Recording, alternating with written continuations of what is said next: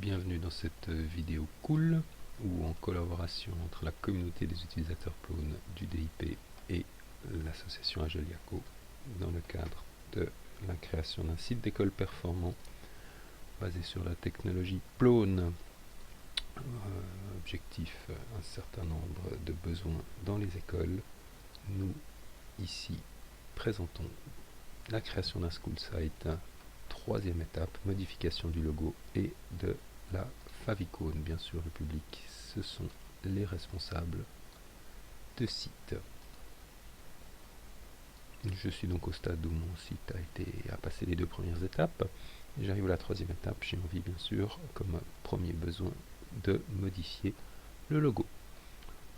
Donc le logo, l'élément qui est ici, l'identifiant graphique de votre site, et la favicon qui est ici, le petit logo qui apparaît à cet endroit.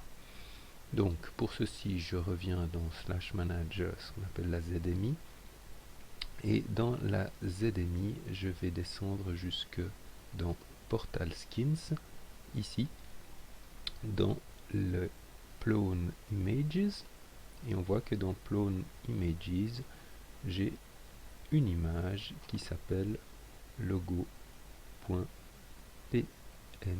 Je clique sur ce logo et on voit que j'ai bien ici le logo actuellement utilisé par le site.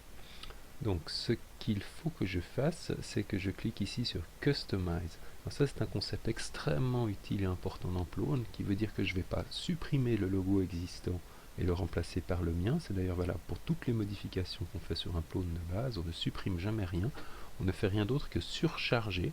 Donc customiser, c'est dire dans le dossier Portal Skins Custom, je vais aller charger une image qui, si elle existe, va remplacer l'image initiale de Plone.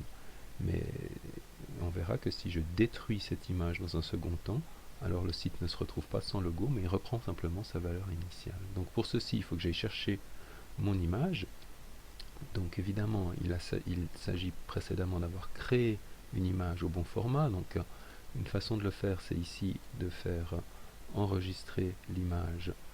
Je vais déjà faire afficher l'image pour que vous voyez la taille qu'elle a. Donc vous enregistrez cette image, vous la chargez dans un outil de gestion graphique, par exemple GIMP, vous créez votre propre image, vous la sauvez au format par exemple PNG, et vous revenez ici. Donc parcourir, je vais aller chercher moi par exemple ici dans les sites, voilà, une image qui s'appelle logo schoolsite.png, voilà, elle est ici, hein.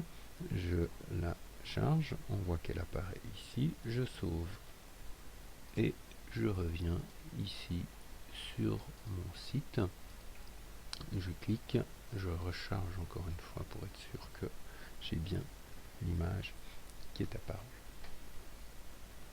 C'est bien sûr exactement le même principe. Je reviens dans Portal Skins, Portal Images, pour l'image de la favicon.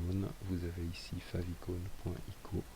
Vous customisez, vous chargez votre propre, je customise, vous chargez votre propre favicon.ico, bien correctement créé, et vous aurez la favicon de votre choix pour votre site.